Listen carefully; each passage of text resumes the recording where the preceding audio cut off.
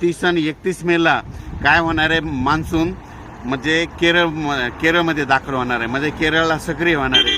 पण 30-31 मेला सक्रिय झाल्याच्या नंतर म्हणजे 1, 2, 3 जूनला केरळमध्ये 1 तारखेला येणार आहे आणि त्याच दिवशी मात्र महाराष्ट्रामध्ये 1, 2, 3 दरम्यान चांगला पाऊस पडणार आहे. म्हणून ही खास करून महाराष्ट्रातल्या शेतकऱ्यांनी 1, 2, 3 जूनचा अंदाज लक्षात घ्यावा. कारण की 1, 2, 3 जूनला महाराष्ट्रामध्ये बऱ्याच ठिकाणी पावसाला सुरुवात होणार आहे. मान्सून केरळात येणार आहे 1 तारखेला, पण पाऊस मात्र महाराष्ट्रात देखील सुरू होणार आहे. म्हणून हा अंदाज लक्षात घ्या.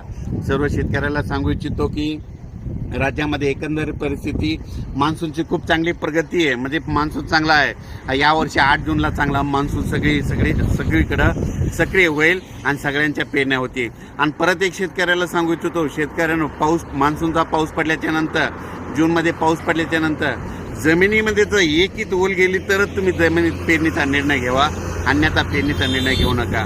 काय होतं, शेतकरी काय करतात, थोडा पाऊस पडला की गडबड करतात. म्हणून हे अंदाज लक्षात घ्या. मात्र 8 जूनला मात्र मान्सून चांगला आपल्या महाराष्ट्रामध्ये सक्रिय झालेलं दिसतं. पोषक परिस्थिती इतकी चांगली आहे म्हणून हे अंदाज लक्षात घ्यायचा. खरं तर पाऊस लवकर येणार होता, पण अचानक काय झालं, बंगालच्या खाडीमध्ये म्हणजे आज एक चक्रीवादळ तयार झालं आणि ते बांगलादेशकडे जाणार आहे. त्याच्यामुळे थोडा रेंगाळा होणार आहे. परंतु 1 तारखेला मात्र केरळमध्ये मान्सून दाखल झाल्याच्या नंतर 1, 2, 3 जूनला महाराष्ट्रात देखील पाऊस सुरू होणार आहे. म्हणून हा अंदाज लक्षात घ्यायचा.